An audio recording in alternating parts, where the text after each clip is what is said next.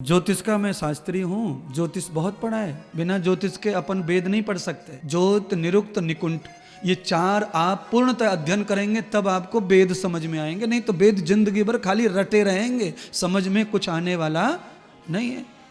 दुनिया भर के करोड़ों लोगों को रटे हुए मंत्र, पर समझ में कुछ नहीं उस मंत्र में है क्या। क्यों?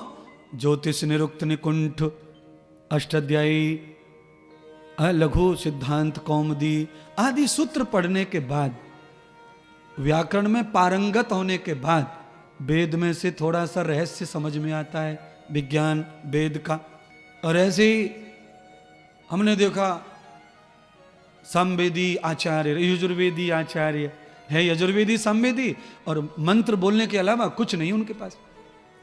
मंत्र जरूर याद है उनको, बहुत सारे मंत्र बोलते हैं, पाठ करते हैं, पर जगत का सारा विज्ञान तो उसी में है।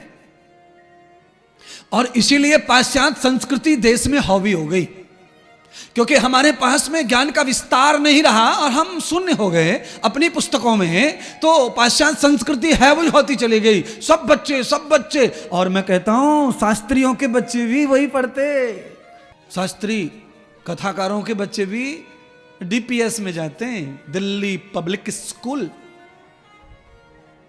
सबसे बड़ा मान्यता डीपीएस को है, इंटरनेशनल स्कूल से भी ज्यादा डीपीएस।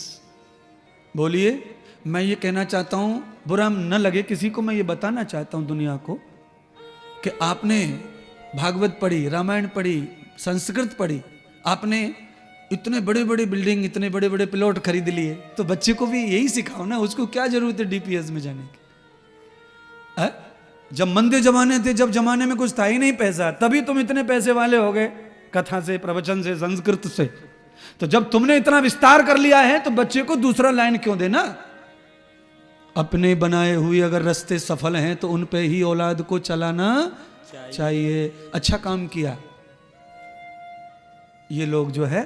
इस मामले में मैं अग्रवालों को जरा प्रणाम करना चाहूंगा। ये बच्चों को अपना वाला रास्ता ही दिखा। मैं दादाजी जो छोड़ गए, पापा जी ने जो बचाया, उसी को बेटे तू संभाल, तो लंबे समय तक पैसा वाले बने रहते हैं।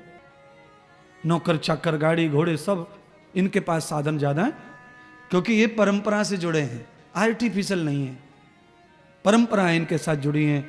और कितने 500 साल हो गए राजस्थान छोड़े किसी को, तब भी वो राजस्थान जाता देवी माता के दर्शन करने, अपनी माता मानता वहां एक पत्थर को, एक मंदिर को। इसको ही परंपरा कहते हैं। पत्थर हुआ तो क्या हुआ, मान्यता में भगवान है, अगर मान लिया तो देव है, नहीं तो सभी पत्थर है, फिर कुछ नहीं। तो भैया वृंदावन आए आप, और आपने इंद्रदेव को कुछ माना, इसलिए कथा हो रही है और उससे फल मिलेगा। ये बात है मनोज जी कहने का मतलब।